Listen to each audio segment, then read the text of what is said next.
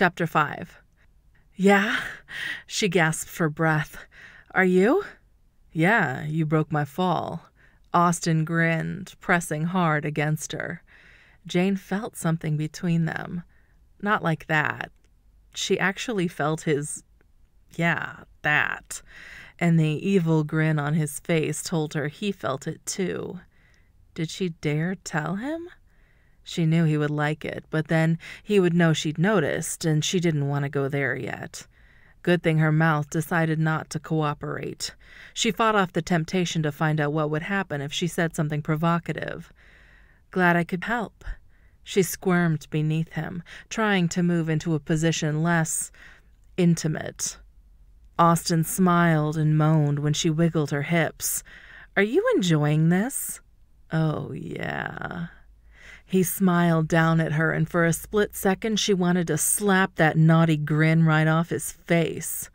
Then those wicked blue eyes met hers, and her anger turned into another kind of passion. Her hand landed on the back of his neck, and she pulled him down for a kiss. His arms tightened around her body, lifting her up into him as he pressed down, pinning her against the ground. He rocked against her, slowly, gently, and she wondered if he knew he was doing it. Should she make him stop? No, she didn't want that. Should she move with him? That sounded like a good idea. He felt so good. Hard, warm, strong. Yes, she definitely wanted more. More kissing, more touching, more of his body against hers. She moaned into his mouth, arching against him as his body tensed and his maddening motion stopped. Who's the stiff one now? She was asking for trouble, but she didn't care. Austin looked into her eyes, and she stared right back. He shifted his weight, leaving no doubt about how much he wanted her.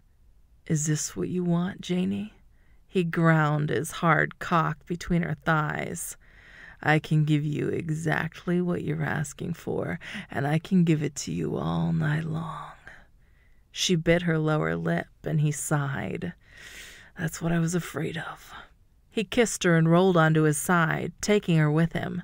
Sliding his hand into her hair, he gently pulled her head back, exposing her throat to his mouth. Jane sighed and cuddled closer to him. She played with the buttons on his shirt, wondering if she should open one.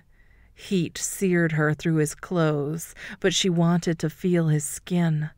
His tongue made circles on her neck just below her ear, moving slowly down her body to the top button of her blouse. She held her breath, hoping he would rip it off with his teeth, but instead he kissed his way back up her neck, driving her crazy.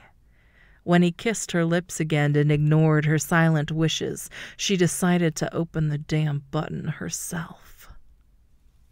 Before she could do it, he took her hand and moved it to her ribs, entwining his fingers with hers.